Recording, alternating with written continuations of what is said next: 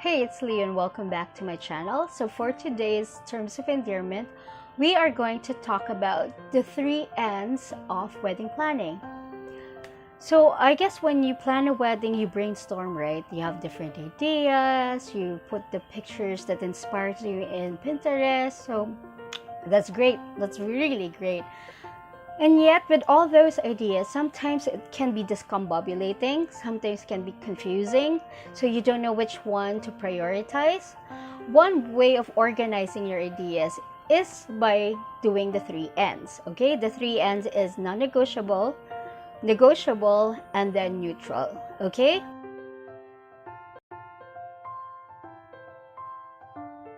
Alright, so for non-negotiable, basically what it means is no matter what happens, okay, no matter what happens, you have to make sure that it is part of your wedding by hook or by crook. You surely have to allot a budget for that. All right, example, I had a wedding couple. This is the International Cinderella Viral Wedding. Attorney Jana Robles Santos and Sir Nico Santos. So basically for them, even though they have 450 guests, all right, they made sure that their church will be in Lourdes Church, the National Shrine of Our Lady of Lourdes, no matter what, because Attorney Jana is actually a devotee of Lourdes.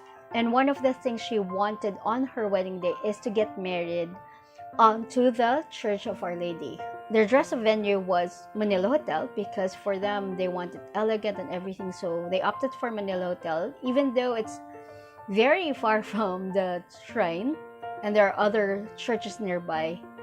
They wanted to be in Manila Hotel, their dress up, but they have to make sure they get married in Lourdes Church.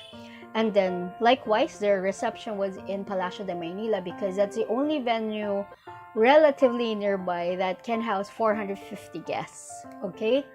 So, and plus it's near Manila Hotel, right? So at least after their wedding, they can go straight to their honeymoon suite or their bridal suite that night. So that's why no matter what happens, if you really want to be happy, you prioritize, you have to know your non-negotiable, okay?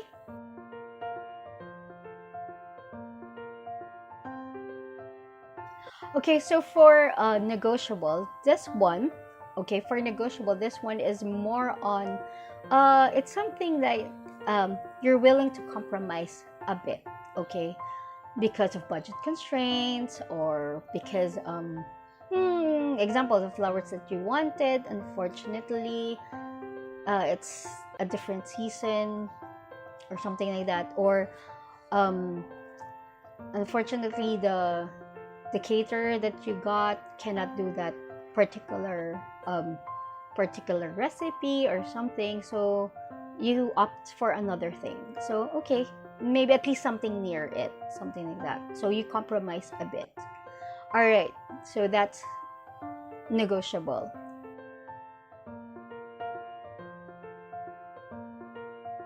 So for the final one, for the final idea, it's already neutral. So example, it's like as long as I have flowers along my aisle, it's color white, or I want it the color motif. Example, my color motif is blue.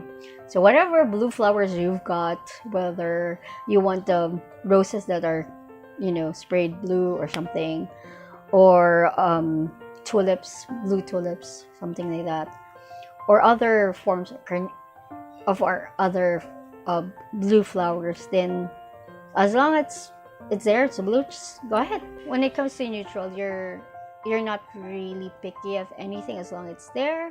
Okay, so when it comes to neutral, anything goes as long as it's there, okay? You're not really keen on much of the details, okay?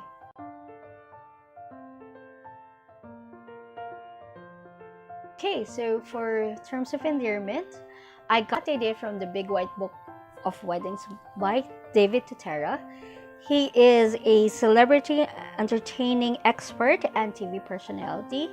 and he surely gave me very good ideas regarding events.